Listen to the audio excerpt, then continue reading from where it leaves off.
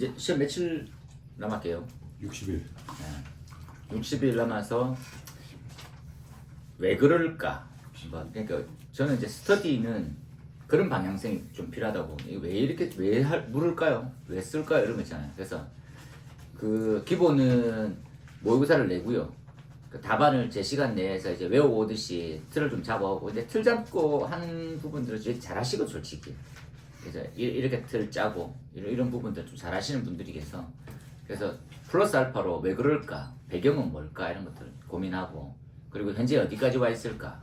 이런 것들을 서로 이제 지식을 공유하고 주고받는, 그래서 큰 뭐 좀 필요하지 않겠지. 이해되겠죠? 대답이 없구나. 네. 지금 뭐 기분 나쁘다 이 말이네. 내가 뭐 한 것도 아닌데. 오늘 올린 글을 먼저 한번 딱 볼까요? 오늘 D급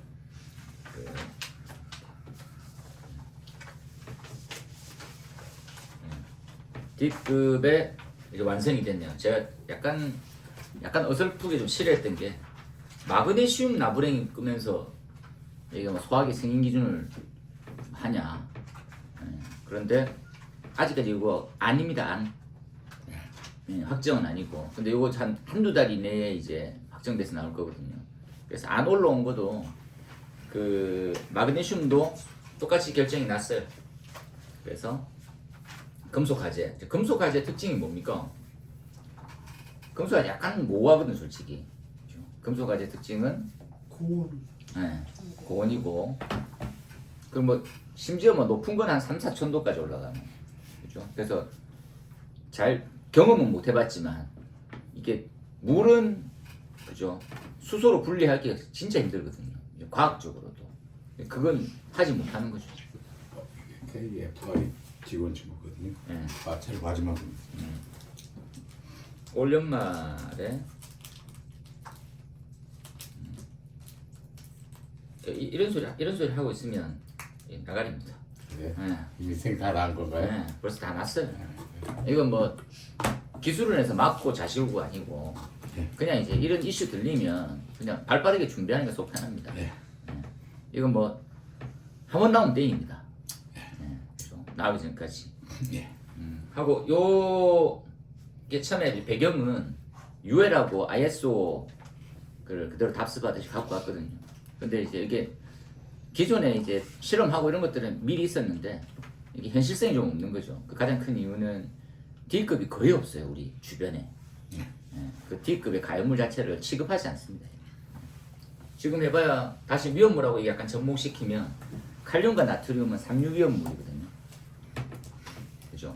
자연 발화성보다는 금수성 물질에 가깝습니다. 둘 다 가지고 있지는 않고요.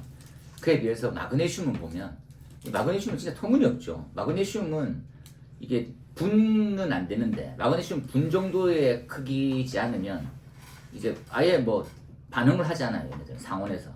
그래서 마그네슘 덩어리는 전에 농담삼아 얘기했지만 뭐에 쓴댔습니까? 마그네슘 덩어리.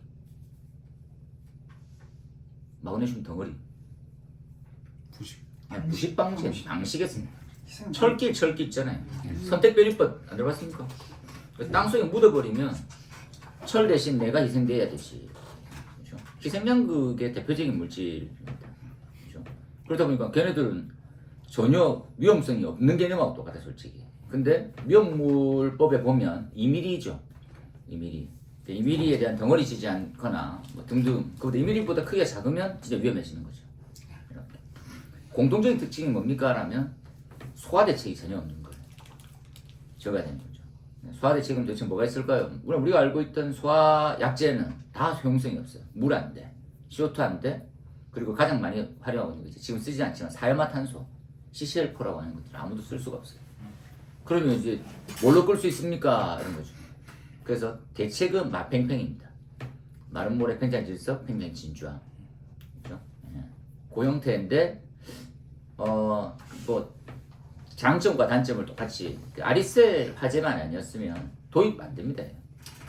이거 뭐 누가 이제 책임지려고, 그죠? 뭐 쓰지도 않는데 이걸 만들어가지고 이런 개념이거든요. 그래서 아리셀 보고 1차 리튬 그에 대한 문제점이 생기니까 부랴부랴 이제 바로 발표부터 그때 웃기지 않습니까? 마그네슘 먼저 발표해버리고 나트륨 칼륨도 이제 꺼지는 거 봤지롱 이렇게 딱 내는 게 보통 다 갖춰지고 낼 줄 알았는데 그렇습니다. 현재는 다시 얘기하지만 소화기만 있습니다. 소화기.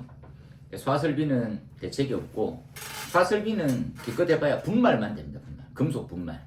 그죠? 메텔엑스라든지 그죠? 나트륨 다시 1이라든지 그런 거 있잖아요. 그런 유들. 그래서 그런 쪽도 시험에 나올 가능성도 좀 배제할 수가 없는.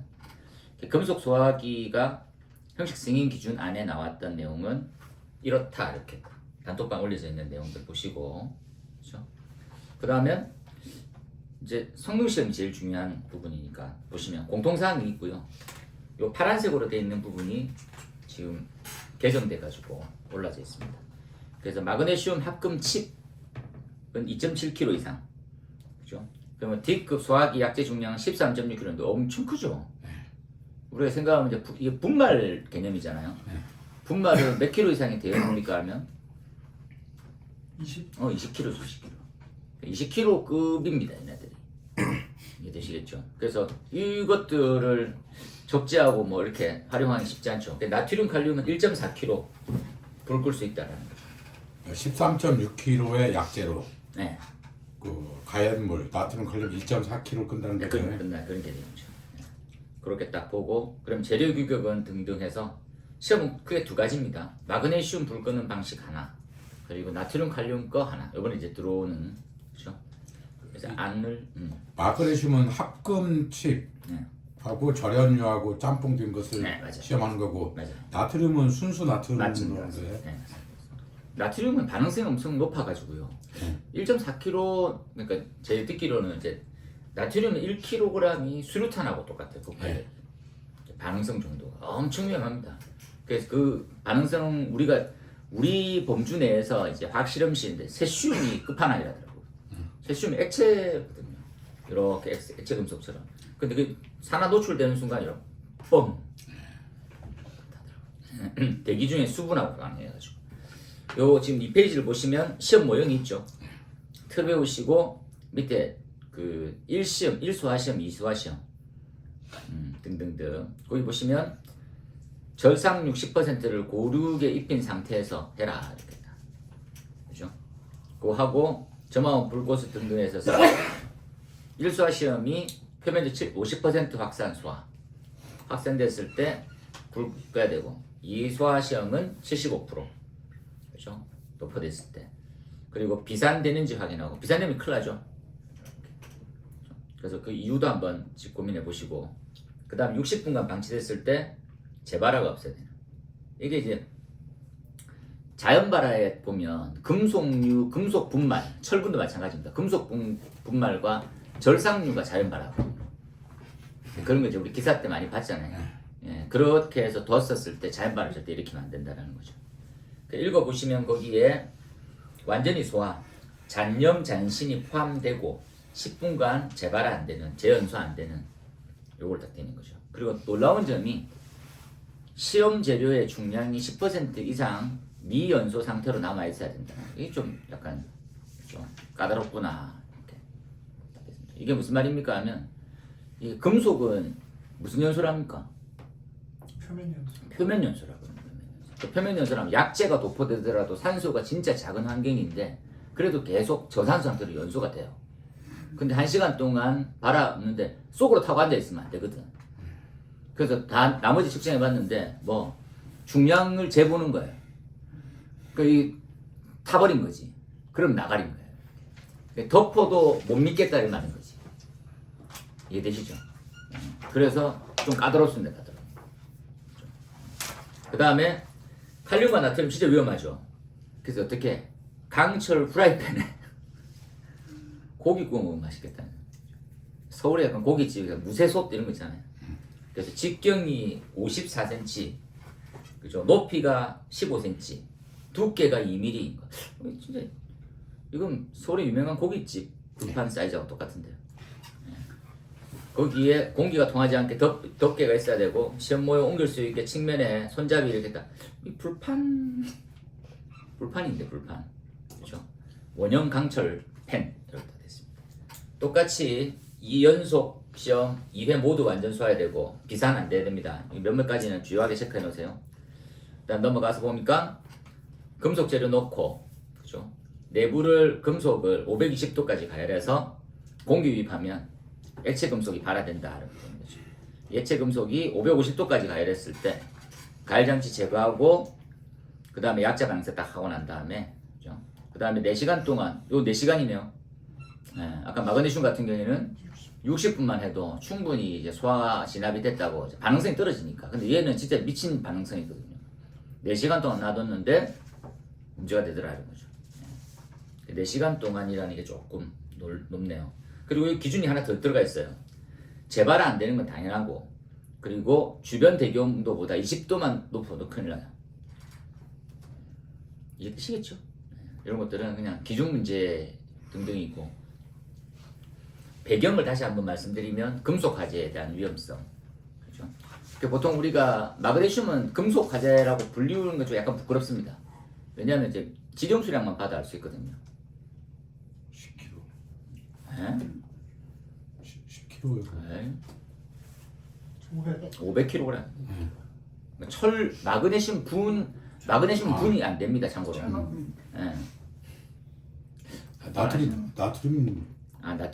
나트륨은 얼마인데요? 10kg. 10kg씩. 네. 나트륨 아직 안 나왔지. 마그네슘하고 마그네슘 60분, 나트륨은 4시간. 그죠? 다시 얘기하지만 마그네슘 위험 등급 3등급. 그죠? 2mm 정도보다 크게 작지 않으면 얘네들 그냥 나쁜 말로 하면 물에 담궈놔도 돼요. 그만큼 반응성이 떨어져 있어요. 이 두 개는 1족과 2족의 차이의 개념이 아니라 턴지 차이예요. 그렇죠? 그리고 500kg이 적재되어 있어야지만 우리가 뭐 그렇다. 그렇죠? 이 동네는 나트륨과 지금 나와 있는 칼륨 같은 경우에는 반응성이 엄청 뛰어난 1족입니다. 1족. 알칼리 금속. 엄청 위험하죠. 얘네들은 10kg입니다. 얘네들은 상온에 있는 수분과 반응해버려요. 그래서 항상 저장을 석유 속에. 석유류에 저장합니다. 엄청 중요해요, 석유류에. 그죠? 근데 석유류도 휘발되잖아요. 그죠? 그래서 잘못 잠그면 휘발돼가지고 기름이 쭉 내려가면서 뭐 대기 있는 수분하고 발화돼가지고 터지는 거예요. 그런 경우가 비일비재합니다. 조심해야 되는 사항이지. 그 사항이고, 금속화재 특징들, 그죠? 이건 좀 약간 억지에 좀 가깝지만 평상시엔 절대 볼 수 없는 거라서 뭐하고 연결시킵니까? 실험실 화재하고 연결시킬 수 있어요. 화학 실험실, 자연 발화 테스트 할 때, 그죠? 그리고 금수성 물질 테스트, 이런 거하고 좀 비교되면 됩니다, 그죠? 그리고 플러스 알파는 그러면 금수성 물질에 대한 시험 방법이 있잖아요. 네. 그것들도 같이 볼 때 위험물하고 집중해서 보십시오. 찌글찌글하던 거. 그게 지금 제일 금수성 안 약거든 시험에. 금수성 시험 방법은 시험 한번 보고 가면 좋겠습니다. 저는 개인적으로 시험 방법은 보러 가라. 위험물에서. 위험물에서. 제일 유명한 놈이 사류 위험물. 인화성 시험 제일 유명하고요. 그 다음에 안 나온 걸 찾으면 금수성 한번 보고 가시면 좋겠습니다. 오류도 나왔고. 오류도 나왔었고, 이류도 나왔었고, 다 나왔어요. 근데 지금 금수성 안 나왔고, 그리고 인화성은 2번, 3번 이렇게 나왔거든요. 오류도 나왔던 것 같은데. 오류 나왔습니다. 우리 위험물에 대해서 나왔고 시험 방법은 나한테 물어봐. 바뀌어가지고 저건 안 나한테 나왔어요. 물어봐. 우리 안 나왔어요? 우리 안 나왔어요. 오류 나왔던. 1, 2등급 하는 건 안 나왔어요. 안 시험소 이게 이 바뀐 지가 개정 작년 싸워, 또 싸워. 네. 쓸데없는 거 자꾸 싸우는데. 저기 시험에 안 나오는데. 저기 오류 나트륨 시험이요. 이렇게 소뚜껑에다가 집어넣고 뚜껑 닫고 아래에서 불을 때워서 520도까지 올린다고 했잖아요. 근데 제 생각으로는 나트륨 집어넣고 뚜껑 닫기 전에 타잔 폭발하지 시험 않나요? 방법 나왔었습니다. 101회 때 그 시험 방법 및 판정 기준이 자기 반응성 물질이 나왔어요. 101회입니다. 그래서 요거 잠깐 짚고 넘어가요. 네.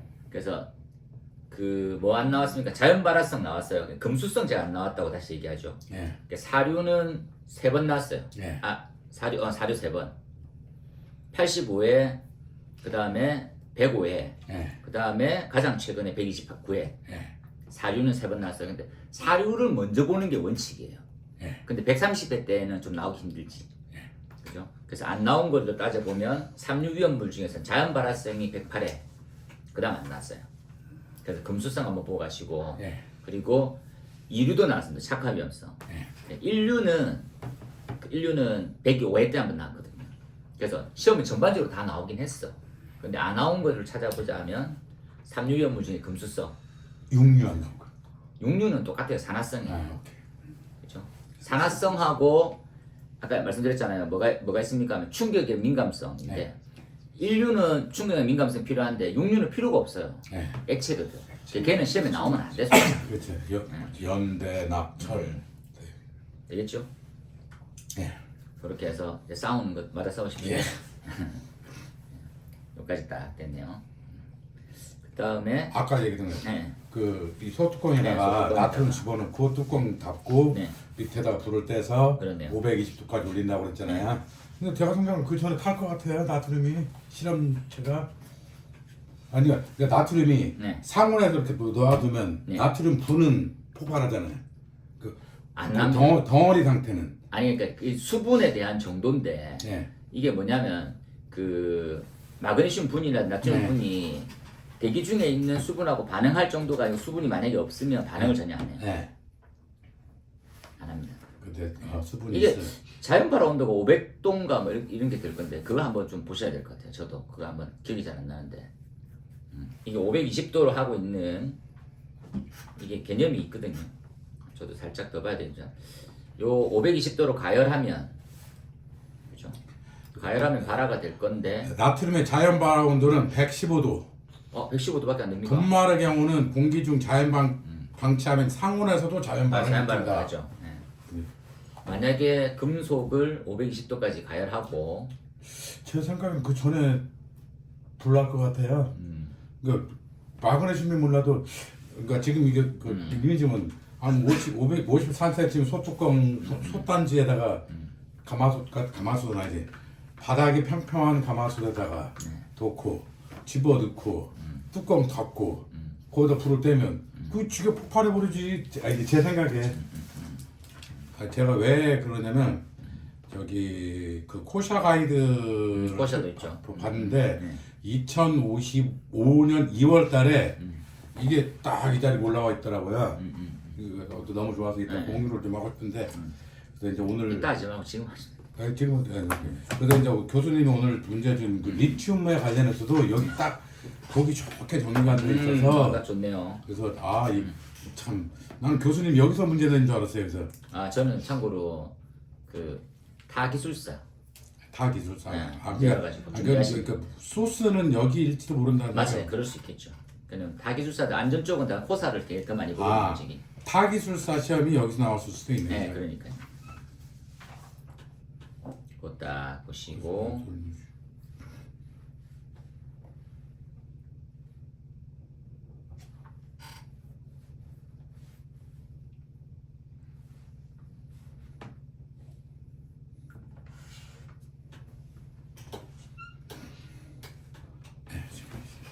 지금 보냈습니다.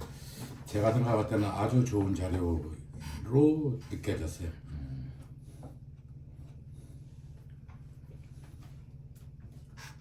25년 2월께 벌써 올랐네요. 예, 그렇죠. 아유, 우리가 무슨 코사도 봐야 됩니까 했는데 지금 안 보면 안 될 상황이 돼가지고. 근데 이 페이퍼는 1월에 했네요. 제가 볼 때는 너무 좋았어요. 코사가 잘 돼 있습니다. 코사가 이제 예. 보시면 이제 KS 기준 그 국제 기준하고도 같이 저도 이제 이게 소화기분의 위원으로 들어가져 있는데 이게 전 세계에서 뭐 바뀌잖아요. 그럼 국내에 쓰고 있는 용어랑 그 국제 기준의 용어랑 다른 거에 대해서도 매치를 시켜야 되고요. 예. 국내에서 이제 활용되지 않는 부분에 대해서도 의역도 해줘야 되고 이런 것들 위원이 각각 하는 거거든요.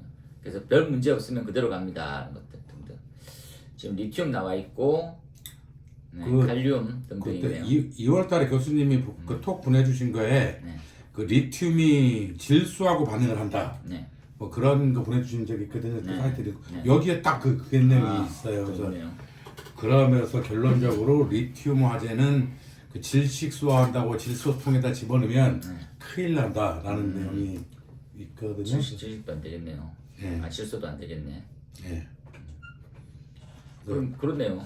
예. 뭐 그냥 IG 100 절대 큰일 나네요. 쓰면 그쵸. 아이디 써도 되게 IG 지랄탄 백을 있으니까 질소 있으니까. 그래서 왜그 2월달에 시험 전전날인가 왜 보내주신 거 있잖아요. 네네네. 그 리튬이 질소하고 반응하고 질소가 다시 이렇게 그 LiOH 만들어서 네. 수소 나오고 하여튼 그래서 그게 좀 굉장히 저희 임프레시브 했는데 아이씨 시험 나왔어야 되는데. 저 그거 준비 열심히 했거든요. 아이 교수님이 그 시험 나왔었으면. 이틀 전에 나왔으면 다시 한번 돗자리로. 그래서 그 1차 배터리 화학식 다 암기하고 뭐 그랬는데 어쨌든 요 자료는 제가 보니까 참 좋은 자료 같아서 감사합니다. 오 감사합니다. 잘하셨어요. 예.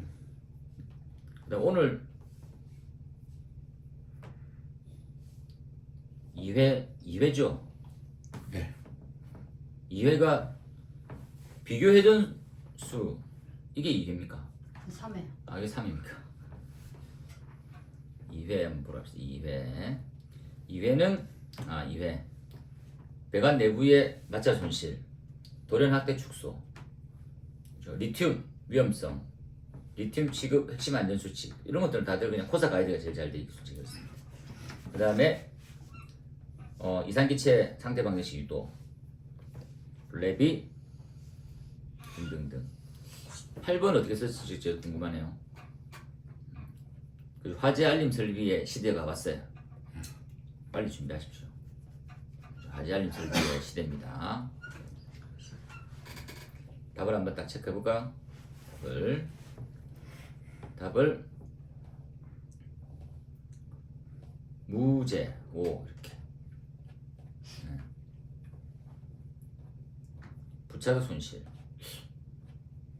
배관 압력 손실, 주손실, 부차가 손실 이렇게 하시네.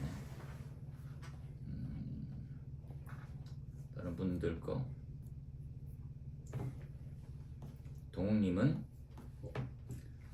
답을 안 쓰셨네요. 예, 건너뛰고 문제 3 준비했어요.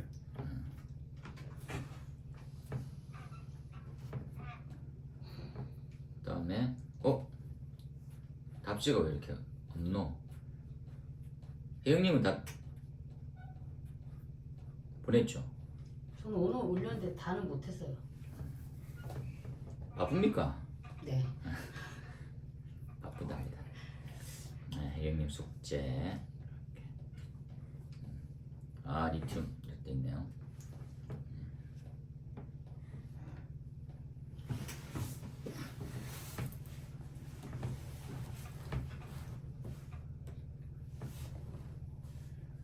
혜경님의 답은 리튬 위험성. 수분하고 특히나 안전수칙. 안전수칙이 어디 참고해서 인터넷 보니까 어디 자료에 포스터 쳐봐. 아까 그 자료 있어요. 제가 보내준 자료 그 몇 페이지냐 거기에 그 리튬 안전 관련해서 그 아주 잘 돼 있어요. 네.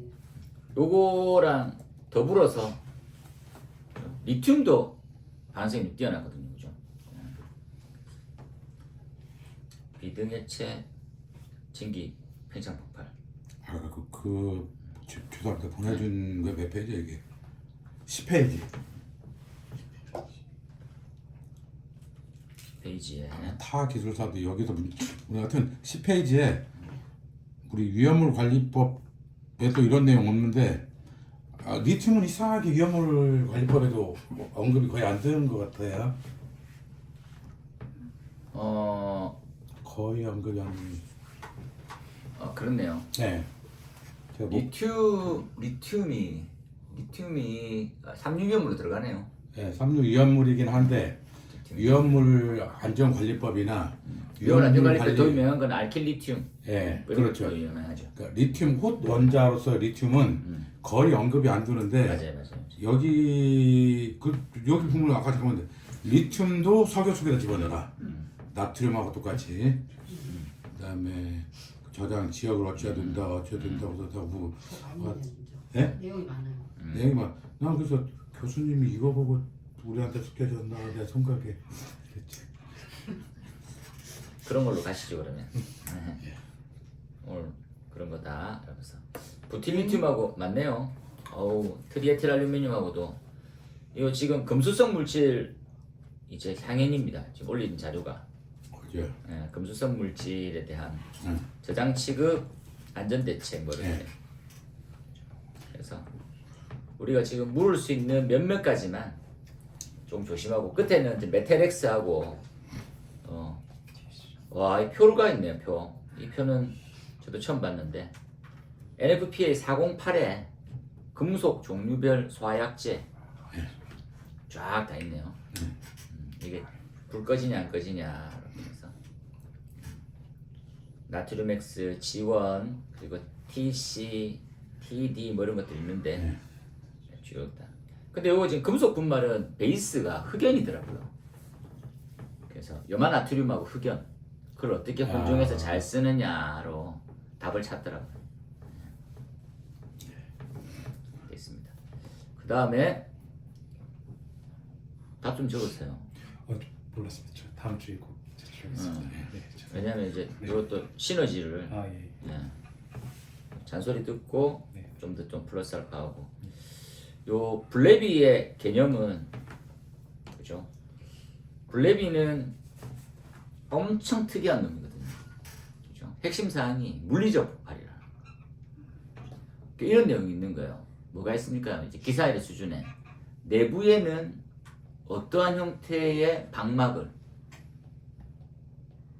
탱크 내벽에 열 전도도가 열 전도도가 높은 형태, 바깥쪽에는 낮은 열 전도도가 낮은 형태로 불연성 재질로 해서 그죠? 그래서 보면 액체에 대한 열 전달 메커니즘과 기체의 열 전달 메커니즘, 기체는 열 전달이 거의 안 되잖아요.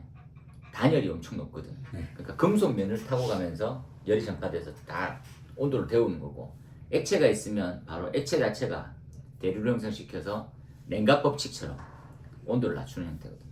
그런 메커니즘을 좀 고민하는 거죠. 비등 액체 팽창 폭발. 그리고 그 다들 영상 같은 것들 잘라 보셨겠지만 폭발은 화염을 동반을 거의 안 합니다. 우리가 이제 그 SF 영화, 헐리우드 액션 영화를 가장 잘못된 게 폭발 나잖아요. 뻥. 그럼 폭발로 끝나요. 근데 우리가 영화 보면 화염이 확 치솟잖아요. 근데 폭발로만 하면 한 3초 이내에 다 사라지는 거예요. 뻥. 그러니까 아무것도 안 남는 거지. 그러니까 걱정 효과가 전혀 없어. 그러니까 어떻게 합니까? 등유 경유를 거기다가 몇백 킬로그램 그냥 몇 리터, 그러니까 100리터, 200리터, 300리터를 저어놓고 거기에 화약을 넣는 거예요. 그럼 이제 확 이렇게. 실제로 폭발은 없습니다. 그러니까 우리 가스 폭발 당하면 그냥 뻥 하고 그냥 그친 거예요. 그다음 불 소소하게 이렇게 잔여탄. 요것도 마찬가지로 베이퍼, 익스플로전 등등등 그죠? 그림도 엄청 잘 그리시고 발생 시간, 영양인자도 잘 해놓으셨네요. 열 전달 한번 나올 것 같은데 찝찝해서. 0법칙은 평형, 1법칙은 보존법칙이네요. 2법칙은 어디 갔어요? 잘못 2를 써야 되는데 3을 아 그렇네. 2이면 2. 이건 2다이. 이래도 점수가 줍니다. 시간이 너무 빨랐어. 이래도 주는 거죠. 그 다음에 3법칙 열전달 메커니즘. 아우. 그 요거 지금 그 쓰실 때 그 이 연료속은 땡땡을 좀 생략하고 쓰시는 게 바랍니다. 그래서 이제 이 보시면 이게 다시 요렇게 하는 거죠. 포인트만. 단면적 이 면이 중요하거든요. 이 면에 공급되는 형태로 돼 있어가지고 그래서 이제 맞아 이렇게 적어준 거죠. 델타 T에 두께 이렇게 적는 거죠. 시계 그냥 아예 A를 넣어. 예, A를 항상 넣는 형태의 방향석인데 단위 면적당이 아니고 연료속이 공급되면 그 면에 공급되는 거거든요. 그래서 항상 머리에 그렇게 넣어 놓으시는 게 바랍니다. 얘네들은 복사까지도 똑같은 개념입니다. 그래서 면에 어떻게 되느냐를 따지는 걸로. 그리고 저는 이제 저도 기숙사 따고 한 10여 년째 아무 개념이 없다가 대류를 깜짝 놀랐던 게 전에 말씀드렸잖아요. 예, 이게 우리는 이렇게 공부를 하잖아요. 그 이렇게 핫 블럭이면 이렇게 되죠. 이렇게 그죠. 온도가 식어가는 이 법칙이 냉각이거든. 근데 반대로 그리죠. 이렇게 그렇죠. 유속은 빨라지는 거고 온도는 감소되는 개념이죠. 그러면 이제 고민하는 거지. 이렇게 이거 어디서 활용하지 이렇게. 헤드. 네, 천장 Z 이러면서. 그럼 반대로 이렇게 그림을 그려가지고 헤드를 왜 천장면에 달아야 되느냐. 그렇죠? 생각해보면 뜨거우면 빨라진다고 생각하지만 뜨거우면 빠르진 않고, 그죠? 면에 가까울수록 느려지거든요. 느리면서 고온이 적체돼 있어가지고 감열 터져나가는 거죠. 그래서 그걸로도 활용이 될 수 있는 거니까. 대류는 무조건 다 냉각입니다. 떨어지면 땡이야. 다시 한번 얘기해보면 이런 질문을 할 수 있어. 우리가 말하는 보일오버가 있어. 보일오버는 장시간 타야지만 가능해요. 이해되죠? 그러니까 탱크 다 타고 밑에 자녀가 얼마 없을 때만 가능한 거예요. 처음부터 보고하는 게 아니고 보이로 절대 생길 수가 없어요. 그죠? 왜 그렇습니까? 라고 하면 이 연료층 300도, 몇백도 이런 형태가 한 10cm, 30cm, 뭐 한 40cm만 내려가면 그냥 상온하고 똑같아요. 뭐하고 똑같습니까? 물고기지, 물고기. 물고기. 위는 영하 20도잖아요. 물 밑에서 막, 이게 새구나. 이를 막 다니잖아요. 이렇게. 그 이유는 뭡니까? 대류. 전파되는 형태. 이해되시겠죠? 네. 그래서 원래 정식 설명은 우리가 말하고 있는 형태, 그러니까 이제 고비점, 고점도 장기적으로 연소 이후 잔여 기름이 몇 센치 안 남았을 때 그때 남아있는 수분을 가열시켜서 폭발적 연소하게 되거든요. 그게 바람직한 거지. 그래서 우리는 액면 강화 속도 이런 것들 공부하고, 그리고 액 내부에 있는 대류를 공부하게 되고 이런 거죠. 처음에 모를 때는 막 그냥 바로 불 붙으면 바로 이제 막 난리 나는 거죠.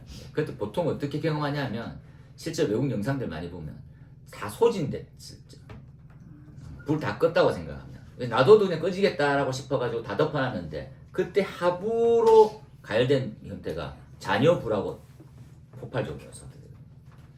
아시다시피 그냥 이 기름은 유증기 상태로 퍼져 나온 형태가 화염이 엄청 커져요. 그렇습니다. 자, 내용이 나와 있네요, 그죠? 뭐 제일 좋아하는 복사, 연력학적 메커니즘. 어우, 잘 쓰네요. 태경님 답이 날이 갈수록 좀 심플해지고 간결해지면서 딱 답안지 쓰기 좋은 형태로 가고 있습니다. 이제 좀 점점 잘하는. 이 조금만 누가 봐도 이제 50점대 답이 된 것 같아요. 옛날에는 막 많이 담으려고 막 있잖아요. 박앤세일 하면 한 바구니 안에 다 담는 사람 다 갖고 갈 수 있다 이런 거 있잖아요. 뭐 예를 들어서 홍대내란 쪽에 뷔페 갔는데 한 접시 먹을 수 있다 이런 거 있잖아요. 내 넣을 수 있는 거 다 넣어줘야지. 시험장에 절대 못 쓰거든요. 아무런 의미가 없는 답이 되는 거지. 그래서 실제 시험장에 쓸 수 있는 형태의 틀을 만들어 가지고 그것들을 이제 계속 외우는 걸로 이제 좋을 것 같습니다. 화재알림 설비. 화재알림 설비도 참 방향성이 있겠습니다. 화재알림 설비 설치는 그렇죠? 우리 말하는 판매 시설 중에 전통시장. 전통시장에 설치되고 있는 전통시장에 설치해라라고 하는 설비가 몇 개 없어요.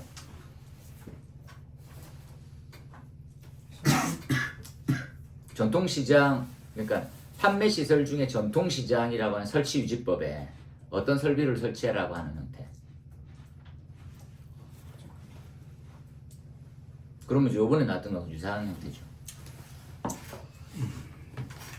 속보 설비가 있어야 되고요. 속보 있어야 돼요. 자당. 비상 정보 설비 있어야 되고요. 비상경보 설비 있어야 되니까 비싼 방송. 방송하고. 전혀 연관 없는 거 다 나와 있네. 자기 넣고 싶은 거 넣지 말고. 제가 또 길어질까 싶어서 말씀 좀 드릴게요.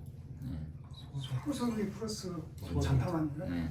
요 지금 설비는 없어요. 2개만 딱 언급됐습니다. 판매 시설 중에 전통 시장에 있는 것들은 속보하고 하자알림 설비만 언급됐어요. 나머지는 없어요. 나머지는 기타 설비를 제외한, 그러니까 연면적 30 이상 뭐 이게 대상이 되니까 그 대상일 뿐이지 없어요. 제가 살짝 한번 참고로 판매 시설에서는 4가지가 대상이 됩니다. 도소, 그다음에 전통, 상점 이렇게 4가지. 이렇게 딱 들어가져 있습니다. 그리고 특이한 게 그 근생은 포함하는데 웃긴 게 노점형 시장은 제외되어 있습니다. 이게 정의적인 관점이니까. 그죠? 전통 시장은 도대체 뭐냐? 그래서 전통 시장이라고 하니까 이게 뭐 엄청나게 뭐 역사와 전통을 갔을 것 같잖아요. 다 개뻥입니다. 그냥 전통시장 상가 육성법에 의거해서 전통시장이라 하면 몇 년 안 되면 전통시장 되는 거예요. 몇 년 안 되면 정부 지원금 받아가지고 몇 년 안 되면 하자알림 설비 설치하셨습니다. 세상에 도둑놈이 정말 많습니다. 그죠? 사각. 이거 누가 전통시장에 하자알림 설비 설치에 관련돼 있는 예산안은 시도에서 예산을 받아가지고 지원해 주거든요. 소방이 1도 관여를 안 해요. 누가 합니까? 공사업체가 이렇게 해가지고 연결시켜요. 그래서 빨리 신청하세요. 전통시장에 있는 거 내가 다 봤다. 그럼 신청하면 예산이 편성이 돼, 제수 들어와서. 그러면 공사를 해버리는 거예요. 또 생각하니까 화가 나가네. 아까운 세금 다. 그래서 설비 한번 딱 가볼게요. 그래서 원래는 건축 허가 동의에 판매 시설에 전통시장에 들어갔다가 22년에 없어졌어요. 법이 확정되면서. 들어갔었으면 이제 큰일 났었어요. 아유 내 세금. 허가 동의 대상은 아닙니다. 참고로 허가 동의 들어갈래다가 빠졌어요. 제가 정말 잘 빠졌다고. 그 다음에 저는 약간 전통시장 쪽을 좀 더 파긴할 건데, 볼까요? 소화기에 관련돼 있는 부분은 대상은 아닙니다. 원래 소화기는 연면적 33제곱미터 넘으면 무조건 대상이기 때문에 대상이라고 생각할 뿐이에요. 이해되시겠죠? 그래서 옥내 소화전도 대상 아닙니다. 그래서 언급되어 있는 형태만 보면 속보랑 하자알림 설비 딱 2가지만 돼 있어요. 나머지는 대상이 아닙니다. 시설법상으로는 그렇게 딱 돼 있다는 것이. 그 다음에 그걸 조심스럽게 다른 쪽으로 넘어가게 되면 어떤 놈하고 마주칩니까? 하면 화재 예방법으로 이렇게 하면요. 불과 얼마 전에 시험에 나왔던 화재 예방 안전진단 기억나죠? 예. 화재 예방 안전진단에 있을 것 같지만 없어요. 대신에 뭐가 있습니까? 특별관리시설물에 들어가 있습니다. 특별관리시설물의 설치 대상은 도대체 뭘까요? 라고 물어보면 500점포 이상? 여기에 점포가 500개 이상인 전통시장이 들어있어요. 이해되시겠죠? 그래서 그거까지 깨알같이 조금 킵은 해주세요.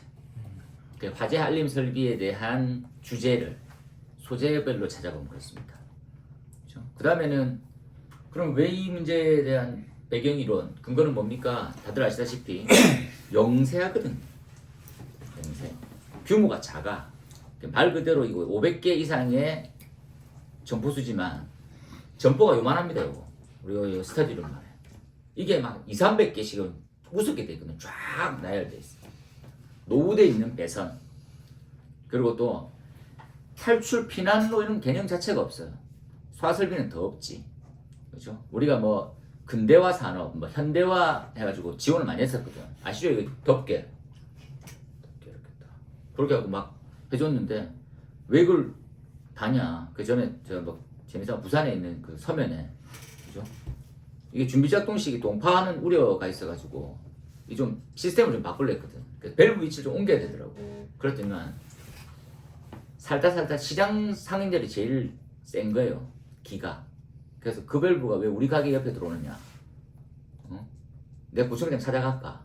막 난리를 지금. 결국은 가운데 있는 공터 같은 데 뜬걸 해놨어. 거기에 밸브를 해서 나머지 가는 거. 골치 않았습니다. 고객입니다. 특별관리시설물. 네. 비상 소화 장치라고 있죠. 비상소화 장치가 있죠. 그것은 시에서 하는 거죠. 건축기관은 게. 다시 한번 얘기해 보면 소화 용수 설비가 있고요. 예. 소방 용수 시설이 있어요. 예.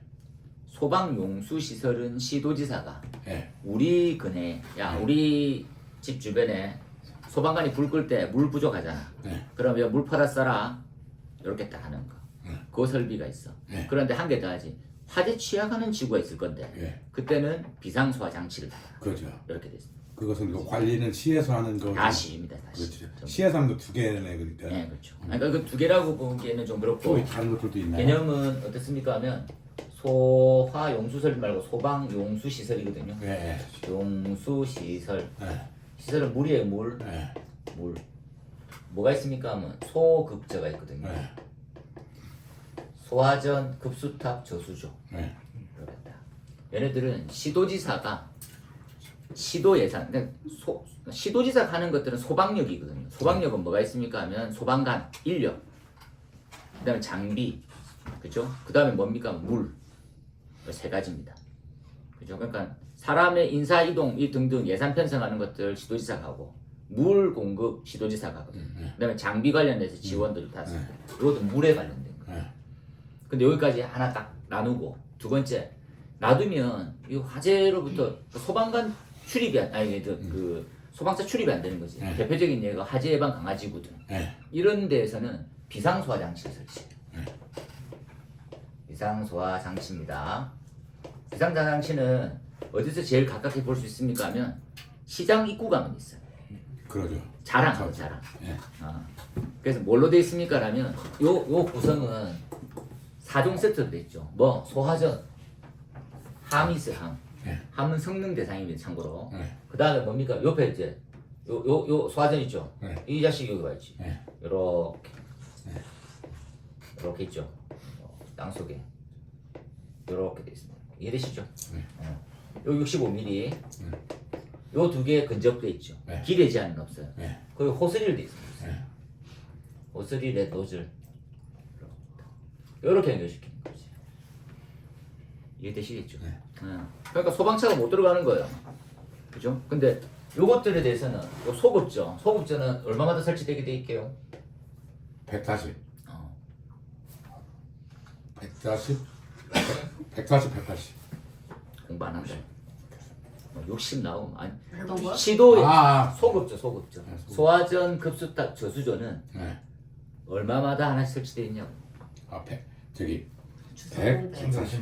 140. 140. 100. 350 나가. 100하고 140. 350은 연결 살수 설비에 언급되는 거 딱 하나. 그건 없어요.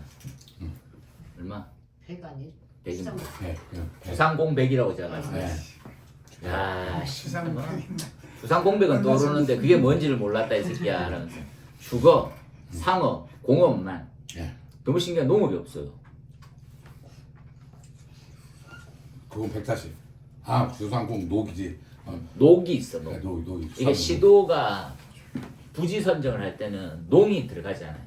녹지구. 그렇죠? 그러니까 주상공까지는 100입니다. 예. 100m. 그 외에는 140으로 되어 있어요. 예. 얘는 요거하고 약간 대치되는 게 있죠. 이 소방법에 따지는 거. 뭐가 있습니까? 검내 봤던 소화 용수 설비. 용수 설비. 설비 이렇게 들어있어요. 예. 여기 뭐가 있습니까? 1번이 상수도. 예. 상수도. 그 외에 두 번째는 뭐가 있어요? 저수조 있고 채수구. 채수구. 채수공. 급수탑이 어디 있어요? 급수탑이 지금 공부 시대 씨. 소화수조. 소화수조, 저수조가 있어. 그러니까 어떤 개념입니까? 상수도 놓고 상수도 못 놓으면 소화수조 또는 저수조를 놔야 돼요. 예. 이해되겠죠? 예. 그 방식에 물을 퍼는 방식에 채수구가 들어가고 해요. 그죠? 열면 물 나와 채수는 채수. 요 동네가 있어. 요 동네는 좀 특이하죠. 거리가 다르지. 얘는 몇 미터? 140, 180으로 돼 있어. 요건 더 알아야 되는 게 뭡니까? 수도관이 몇 미리 들어야 돼? 75에 75 이상 들어야 돼. 75 이상 들어와서 100mm로 돼 있고 65mm 있고 그놈이 140m 반경에 들어오는 거예요. 이해됩니까 이게 개념이? 이렇게 75mm 들어와야 돼. 75A. 요거 100mm 들어와야 되지. 소화전이 100mm입니다. 보기. 양쪽 귀가 65mm입니다. 이렇게 돼요. 이해되시겠죠? 그요 상수도하고 요 소화전하고 전에 말씀드렸죠. 외관상 구분은 없다. 불가. 똑같다. 3종이 똑같이 생겼어. 뭐 옥외 소화전, 예. 그리고 상수도 소화전, 그리고 시도에서는 소방용수 시설에 대한 소화전. 이 세 가지 똑같이 생겼어. 소화전. 뭐야 이 새끼 정체가. 건물 앞이니까 시 건가 개인 건가. 요 동네는 계량기 2차 측입니다. 얘네들은 계량기 1차 측에 있어. 막 쓰면 물값은 시도지사가 내야 돼. 막 쓰면 물값은 입주민이 내야 돼. 건물주 관계인이 내야 돼. 관계. 이해되시겠죠? 네. 요 딱 있고 비상소화장치는 시적에 해야 돼. 무슨 말입니까? 야 지금 화재 발생하면 접근성이 떨어지잖아. 그러면 거기 있으신 분 대표적인 예가 뭐가 있어요? 우용소방대가 있겠지. 네. 그 사람이 뛰어가서 호수 펴서 불 거라는 말이지. 이해되겠지요? 그렇게 비상소화 장치입니다. 둘 다 훼손하면 3년에 3천이에요. 5년에 5천입니다. 이거 잘 돌아간지 한번 써볼게요. 그러면 5년에 5천이에요. 농담 아닙니다. 물, 사람, 그리고 장비 손대면 5년에 5천이에요. 법이 가장 강력하게 되어 있습니다. 여기까지. 다시 한번 얘기하시면 요 노즐, 호수, 그죠? 그 다음에 소화전, 요 3종 세트는 형식 승인 대상이에요. 한만 성능인지. 소화기는 안 들어가네. 소화기는 없어. 소화기는 시도지사가 신경 전혀 안 쓰고 있죠. 시도지사가 해주는 것들은 뭐 기본, 필수, 최소 이렇게 있죠. 이해되지요? 여기까지. 알겠습니다. 그래서 시장에 대한 위험성은 또 세 가지로 가. 그죠? 항상 위험성 예방 대책 그러니까 전통시장은 전통이라고 하는 문구에 근접하게 써주셔야 돼요.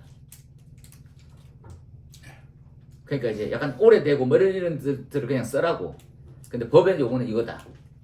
그죠? 그 다음에 특성이 있겠죠. 뭐 등등. 그런 부분들 딱 쓰고. 나머지는 소방용수시설. 저수조가 재밌는 기준으로 되어 있는데. 그죠? 소화제는 아까 얘기했었죠. 연결 금속구가 65mm. 네. 급수탑은 몇 mm? 시면 안 나옵니다. 100mm. 100mm. 개폐별과 달려있어. 급수탑은. 몇 미터야? 1.5에서 1.7인가. 1.5에서 1.7. 시면 안 나온다 했잖아. 아니, 좀 그런 리액션 하지 말아요. 시면 안 나온다니까. 근데 여기 비상소화장치 소화기가 들어가 있는데요. 없어요. 이 사진에는 이거 아, 그거는 사진인 거지. 사진 거. 예. 기준에 넣은 없어요? 건데. 아, 그래, 그냥 잘 생각해 봅시다. 그럼 이제 전통시장이라고 하면 그 시장은 시장 면적 이내에는 소화기 대상인 거예요. 네. 그죠? 근데 그것들은 그 소화기는 시도지사가 유지관리하는 설비는 아니라는 거지. 예. 전통시장 상호회에서 거의 자진설- 그냥 여기는 자진- 그냥 다른 자진설- 데- 상호회 아니고 시장관리위원회. 예. 시장위원회. 번영회. 번영회. 그럼 바뀌잖아. 번영회에서 제가 그 구청 직원하고 가보면 제일 많이 듣는 종목이 시장이에요. 가면 약간 짜증부터 먼저 내. 그래서 뭐 때문에 왔습니다 딱 하면 얼굴 표정이 완전 바뀌어요. 지원 사업 때문에 오면 바뀌면서 그거 언제 주냐고 이렇게 바뀌어요. 근데 지적하러 왔으면 인상을 팍 쓰면서 왜 지적하냐, 해줄 거냐, 이걸 두 가지를 묻어요. 내가 늘 얘기하잖아. 미친 인간 아니가. 아니 자기 가게잖아요. 자기 돈 벌잖아. 그런데 당연히 해달라는 거예요. 그 심지어는 이게 집행이 되면 검증이 너무 약해. 그러니까 2천만 원 지원 받잖아요. 그럼 뭐부터 해요? 그럼 안전시설부터 설치하는 데가 많아요. 소방시설을 예산받아가지고. 그걸 검증을 아무도 안 해. 왜? 약간 제도적으로 소방서가 협업해서 검증할 수 있는 뭔가를 만들어야 돼. 근데 시청에서 집행을 해. 구청에서 집행을 해. 근데 이게 내역이 어떻게 되는지 설비가 어떻게 작동하는지 알아요 몰라요? 모른다니까. 그러니까 유지관리도 약해. 그러니까 뭐 스프링클러 설치했어. 그러니까 스프링클러 설치했는데 거기에는 도대체 주인은 누구냐는 거지. 관계인은 있는데 내가 책임을 안 지줄 수 있잖아요. 그래서 약간 외진 시장을 가면 준비작 도시 이자측에 물이 가득 차 있습니다. 내 입장에서는 고맙지. 왜? 습식 같지도 않으면서 습식 같은 습식인데 습식 같지 뭐 이런 거 있잖아요. 그런 것처럼 돼 있어요. 그러니까 이차측 압력 게이지에 압이 너무 올라가져 있다면서 그랬더만 나쁜 겁니까? 이렇게 묻더라고. 같이 가신 분이. 그러니까 그 시장에 담당하신 분이 더 놀라면서 작년 겨울부터 계속 이렇게 물 차 있었는데 동파 안 되던가 물 새고 그래서 잠가 놓은 거예요. 유지관리 시장에 10만 원 같습니다. 15만 원. 외부 관리 안 할라 하죠. 2차층 물 넘어가도 유지관리 하라 안 하는 거지. 그리고 그 수신반 있는데 문 잠가 놨더라고. 좋지도 않대 좋지. 근데 그것들이 다 뭘로 이루어져 있어요? 우리 세금인 거예요. 그래서 저는 시장을 싫어하진 않는데 시장에 들어가는 세금을 별로 안 좋아하는 입장이죠.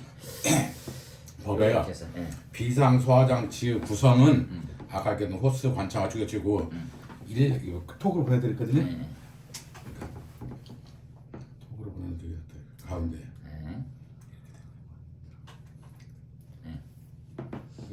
에도 불구하고 필요한 경우에는 이 수동 기준이 어디 휴식 있죠? 수화기 등 이 기준은 어디 있었어요? 지금 법 지금 보시네 이게 2022년 5월 23일 이게 요 파일을 보내드릴까요? 요 기준은 약간 번외입니다. 요거 나오긴 쉽잖아요. 예. 파일을 보내드릴게요.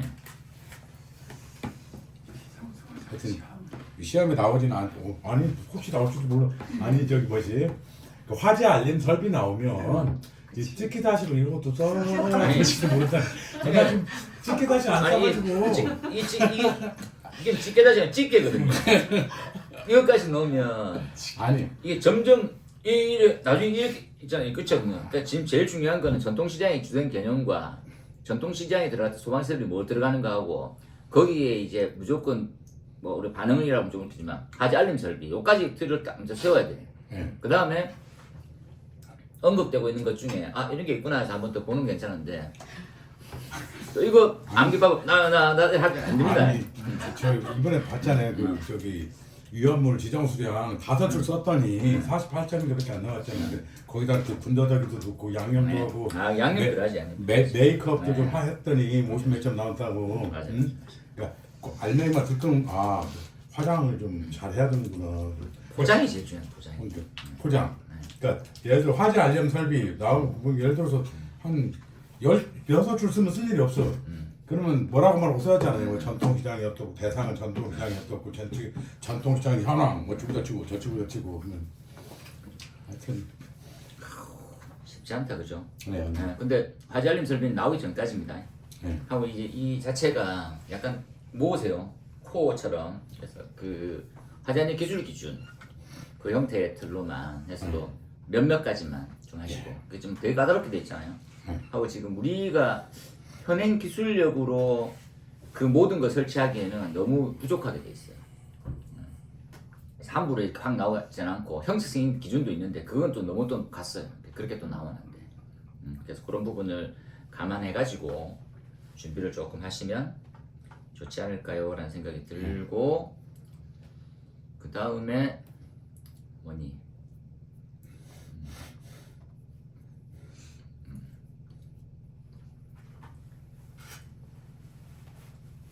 이가 이외에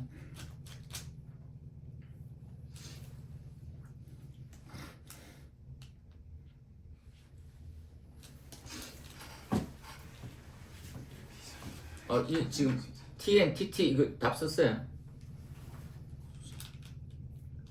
네? 난 이 답이 지금 궁금해서 저는 안 썼어요. 안 썼어. 다 안 쓰고 지금 눈치 보고 하는. 다음 주부터 우리 잘 써보자고. 안 쓰는 사람은 이제 이렇게 좀 샥하기로 이제. 아니 근데 화내기 전에 그런 밑밥 깔기 없지. 우리 다음부터 잘해봅시다 이거 알지? 어? 이거 좀 해놓으셔야 될 것 같아요. 예. 이제 약간 엇나가기 시작했거든 이 양반들이. 그래서 요 부분을 좀 그죠. 요거 딱 나온 마지막입니다 솔직히. TNTT 뭐 이런 거 있잖아요. 예. 저도 크게 많이 좌우하진 않는데 개통 접지의 구성 개통에서 이제 3종이죠. TNTT, IT 이렇게 돼 있는데 이걸 근데 나오기 전까지만 한번 하자는 거죠. 이렇게 딱 됐습니다. 됐네요. 예. 그리고 좀 열역학의 열전달을 같이 내는 것들은 좀 약간 신박한 좋은 것 같아요. 그러니까 우리만 좀 거리를 두는데 우린 열전달은 되게 자주 나오는 편이거든요. 그런데 열역하고 같이 내면 이것들도 답안의 배열 배치 미리 한번 생각을 해두시고 그렇죠? 항상 이제 이렇게 생각하는 거죠. 준비되어 있는 형태를 풀어내고 오는 과정이거든요. 기술사 시험이 아시다시피. 그러니까 뭐 이런 문제 생각지도 못했는 게 한 3-4개가 들어왔는데 그러면 막상 적으면 원래 준비가 잘 돼 있으니까 적기는 적겠지만 필요 없는 볼륨만 증가되고 그러니까 준비가 전혀 안 돼 있는 답처럼 보이거든요. 그러면 약간 색안경을 낍니다. 저기 잘 적어봐야 뭐 얼마나 잘 적었을 이렇게. 그러면 말문 긴데 핵심은 없네 이렇게. 그럼 이제 나는 엄청 잘 적었다고 퍼펙트 생각하는데 실제 채점하는 사람 입장에서는 역시 준비가 부족하네 이런 생각을 다 하거든요. 그러면 몇 점 범위 내에서는 그냥 아예 감점처럼 줄여줄 수 있는 거예요. 그런 것들 조금 더 미리 조심하셔가지고 보시고 나머지 뭐 송풍기 성능 곡선 이런 거 좀 적어 보시고 그렇죠? 내부에 발생하는 유체. 그다음에 3회는 3회 문제 단톡방에 있지만 비교 회전도 임펠러 형상을 알 수 있다. 그 이유가 뭡니까 근데?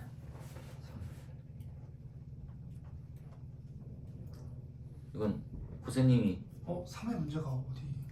3회 단톡방이잖아요. 관심이 없으시구나. 어제 올리셨나? 아니요. 그저께 며칠 된 것 같은데. 네, 일요일날 저녁인가 올렸어요. 아 그래요? 우리도 관심 없구나 사이트. 많이. 찾았어요. 다시 올려드리겠습니다. 그 찾는 수고를 줄이는.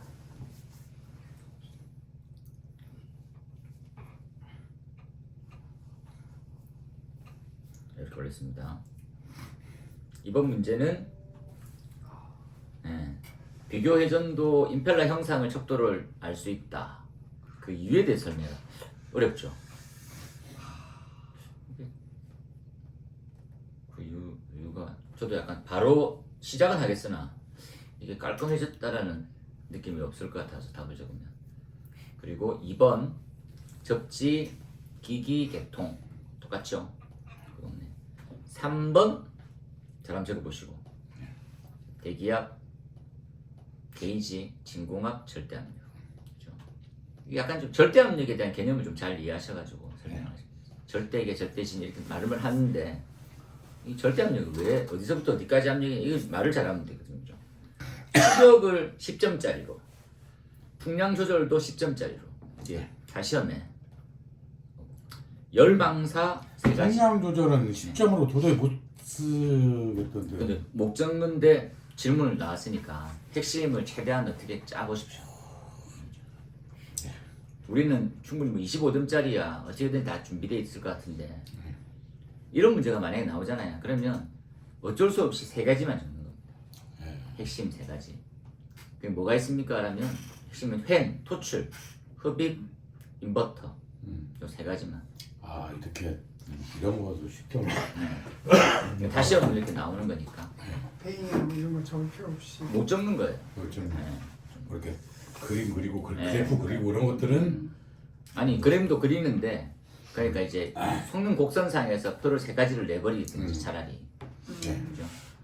그래서 주요 3가지가 핵심이거든요. 가이드밴 이런 큰 의미가 없어요. 베이는 덕트 내부에 안내 날개를 달아가지고 그냥 유체 흐름을 원활하게 한다. 이게 손실을 최소화시킨다. 이게 핵심이거든요. 그 큰 의미는 없는 거죠. 배임 방식은. 6번에 열방사, 그죠? 7번에 MSDS, GHS가 나온 지 오래됐어요. 그 열방사 세 가지 법칙이요. 예. 굉장히 어렵더라. 어렵습니다. 그러니까 네. 그 스테판 볼츠만의 법칙은 소방에서도 필수적으로 갖고 가는 게 쉬운데 이 프랑크 법칙이라는 거하고 뭐 비인의 법칙은 저게 너무 어렵다. 근데 프랭크 방사는 자주 썼는데 우리 람다 이렇게 해가지고 그 람다의 승수에 따라 가지고 비례해가지고 저기 뭐시죠? 그 우리 광케이블 광케이블에 쓰는 거. 광케이블 방식에 쓰는 것이 이제 프랭크의 방사 법칙입니다. 그래서 거기서 이제 실기 프랭크 상스가 나오고 맞아요. 볼츠만 상스가 나오고 맞아요. 그다음에 그 라만 산란, 네일리 네, 산란 뭐 이렇게 쭉 맞아요. 하면서 이렇게 그때도 파장의 변화가 이렇게 생겨서 맞아요. 원수도 어쩌고저쩌고 하나 하는데 전 파장의 전후. 네, 그래서 그런데 이제 그 프랭크 법칙을 봤는데 도대체 모르겠어요. 이거 참고로 25점짜리인데 핵심 사항은 식이죠 식. 식으로 언급해가지고. 우리 저기 기계과 출신한테 내가 좀 부탁을 좀 하고 싶었어요.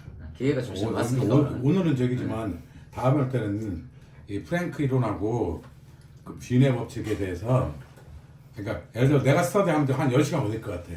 미치겠지. 전에 이제 요거 그 우리 교재에는 제목만 3개 있어요. 그쵸. 원래 이제 방사 법칙의 3가지 원리가 있다. 근데 네. 우리는 스테판 볼츠만을 주도해서 쓰긴 해요.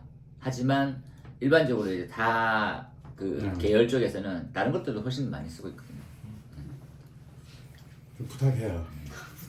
기대는 하지 마세요. 아니 다음 주에 와서 저기 원포인트 레슨 이렇게 30분 설명 기본 딱딱딱 해주면 30분만 길어요. 10분 이내에. 그렇지.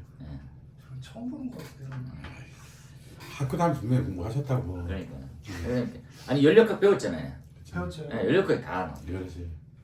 그다음에 이렇게 네이버 찾아보면 주로 이렇게 조명과 관련된 이론이 나와서 조명과 관련된 우리는 별로 관심 없잖아요. 그래서 어디다 구글링을 해서 이렇게 봤는데 그러니까 프랭크 유인의 법칙이 대충 알겠는데 그러니까 대충 알아가지고 답지 못 쓰잖아요.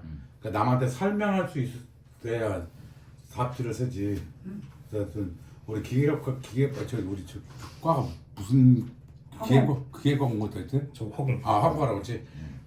화공이 더 관련이 있을 가능성이 있는데 어쨌든 이번에는 기계과. 그렇지. 다음은 화공까지. 화공은 지금 반사 모드입니다. 예. 원하세요. 예. 7번은 MSDS. 예. GHS가 얼마 전에 나왔고 그래서 나오기 전까지 한번 MSD에서 한번 기출 아니었던가요? MSDS가 오래전에 한 4, 5년 전에. 쟤는 나왔지. 근데 가장 더 최근은 GHS 나왔거든요. 그래서 다른 건 아니죠. 둘 다 같은 겁니다. 네. 그래서 MSDS의 한 분야를 국제 표준화시킨 게 GHS예요. 예, 그렇죠. 네, 쉽게 생각하면. 그렇죠. MSDS는 생산자 우선으로 되어 있는 거죠. 생산자가 소비자에 대한 가이드라인 뭐 이런 개념으로 들어가는 거니까. 8번에 건설 현장의 용접용단 사고는 뭐 어떻게든지 뭐 지금 뭐 그죠? 뗄래 뗄 수 없는 관계. 반얀트리에서 6명 중대재해와 그렇죠. 더불어서 계속 하셔야 될 것 같아요. 용접용단. 지금 현재 화재 예방법의 용접용단은 지난 시간에 한번 말씀드렸는데 용접용단 작업장에서 5m 이내 소화기 근데 소화기를 어떤 사용을 도라는 구체적인 기준은 또 없어요. 우리. 그리고 10m 이내 가연물을 둬서는 안 된다라고 하는 거. 그죠? 그리고 이걸 어느 선까지 물을지는 모르겠는데 약간 배경만 얘기해 보면 우리가 지금 완공을 보잖아요. 사용 승인을 득해. 그러면 소방시설이 원활하게 사용될 줄 알았었는데 내부 인테리어는 또 남아있는 거예요. 그게 너무 문제가 되어가지고 건축 사용자 수 접수일, 접수증에 사본이 있어야 허가 동의를 우리 소방에서는 필증을 내주는 그 메커니즘 바꿨거든. 그런데 반얀테리가 완전 뒤집은 거예요.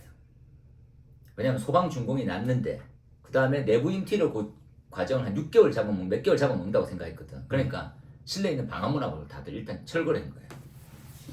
그러면 우리 입장에서 소방이 준공이 났단 말은 소방의 감리가 보는 범위가 피방방 같이 보잖아요. 그래서 내부의 방화문의 여부 그리고 내장에 대한 뭐 실내 장식물도 다 확인했거든. 이상이 없다고 해서 접수를 한 거예요. 그러면 뭐 소방관 입장에서는 현장 확인 대상은 되지만 할 수 있다라고 하는 뭐 조건 때문에 안 나와봐도 되는 거예요. 안 나와봐서 그냥 이상이 없구나 했는데 내부 내장한다고 해서 그냥 내부 방화문을 뜯는 거예요. 근데 이게 약간 메커니즘 생각하면 사용 승인을 받으면 30일 이내에 안전관리자를 선임해야 되는데 안전관리자 6명이 있다고. 6명이 있었어요. 있었는데도 불구하고 그 사단이 난 거예요. 그죠? 그래서 지금 우리 부산에서 TF팀을 딱 따질 때 야, 이거를 어떻게 해서 지금 그 바로에 그죠? 그러니까 사용 승인을 받고 난 다음에 안전관리자 그 사이 30일이거든요. 30일. 그 30일 사이 곧 뜨는데 이걸 어떻게 해결할 거냐. 응? 그런데 그걸 빨리 사람을 넣는다 해서 또 되는 것도 아닌 것 같고 여러 가지 문제 지금 복합적으로 다 있습니다. 그래서 지금 제도적으로는 지금 끌어올릴 만큼 끌어올렸어요. 과거에는 뭐냐면 소방의 사용 이제 우리가 완공이 되잖아요. 그러면 건축의 완공까지가 1년 넘게 걸린 것도 많았어요. 네. 당연한 말이에요. 그냥 소방은 빨리 필증 받고 그만하고 그 다음에 이제 분양되느냐 안 분양되느냐 시장을 보는 거예요. 그 내가 이제 빚진 게 그렇게 많지 않으면 은행에 이자 좀 더 내면 되지 하고 그러니까 건축 준공을 한 2년 있다가 내버리는 거야. 그럼 소방 시설의 유지 관리는 아예 안 되는 거야. 왜 안 됩니까 하면 소방 시설의 사용 이 우리가 말하는 유지 관리는 건축의 사용 승인일 다음부터 뭔가를 진행되거든. 그죠? 그러니까 그거를 어떻게 해결했어? 아까 말했잖아요. 그러니까 사용 승인에 대한 접수증이 들어가면 2주 이내잖아요. 그러니까 이제 야 바로 건축이 준공이 됐어. 딱 좋아. 근데 그 다음에 한 달간, 그 다음 60일 이내 최초 점검, 그 다음 1년 이내에 종합정밀 점검. 이 사이 어떻게 관리할 거냐? 그게 이제 인테리어 시기처럼 계속 길어졌을 때 어떻게 할 거냐? 이런 부분은 결론 부분을 조금 적어주시면 됩니다. 그렇죠? 사전 검증 확인 제도가 지금 부족하다. 제도적으로 개선이 필요하다. 그렇죠? 이번에 그럼 작동점검 자체가 웨이브가 되버렸잖아요. 그거에 또 공백을 만드는 꼴이 그런 셈이죠. 되는 거네요. 근데 이제 이게 지금 60일 내에 최초 점검 대상이 아니고 지금 얘는 끝나고 그 다음 60일 되기 전에 불난 건 셈이거든요. 심각한 거죠. 심각한 거. 그때 만약에 점검이라도 만약에 종합 점검을 했으면 그럼 방화문 여부에 다 지적사항이 되거든요. 그것들은 사전 검증이 됐을 텐데 그 반기신문의 기자하고 기술사회 회장이랑 내려가서 봤더니 셔터 위치 그러니까 방화구역선에 방화 셔터가 없고 방화문이 다들 분리가 돼 있고 이 정도. 그래서 피해를 더 키웠다는 것들이. 건축방은 문제입니다. 건축방. 그런 데서 지금 다 똑같아요. 그러니까 우리가 말하고 있는 경기도 이천 다 구획이 뚫힌 거였었거든요. 그러니까 방화 셔터 안 떨어지고 그러는 거니까. 근데 그 반대로 서울에서 난 화재 8층짜리 그 건물 뭐였습니까? 야탑. 아 야탑동. 예. 예. 거기는 전설비가 원활하게 작동. 20년 됐는데 24년 됐습니다. 예. 그 정도는 그렇지. 예. 그만큼 유지 관리에 대한 메인터넌스가 얼마큼 중요하냐 하고 화재가 발생하지 않는 것도 중요하죠. 발생됐을 때 얼만큼 한정시키느냐. 예, 그 개념이 진짜 중요한 거예요. 공사 현장 거 잘 정리하셔가지고 방향성 잘 잡으십시오. 그렇죠? 예. 그리고 뭐 또 나올 수밖에 없는 거죠. 지금 현행법도 이렇게 많이 해놨는데 다시 말씀드리지만 건설 현장은 임시소방시설, 건설 현장 소방안전관리자, 화재안전 기술 기준, 화재안전 성능 기준, 기준이 다 4개가 다 달라요. 이렇게 너무 많아. 그렇죠? 근데 법을 먼저 공부하시는 게 좀 좋긴 해요. 제 입장에서는. 임시소방시설이 7가지가 있습니다.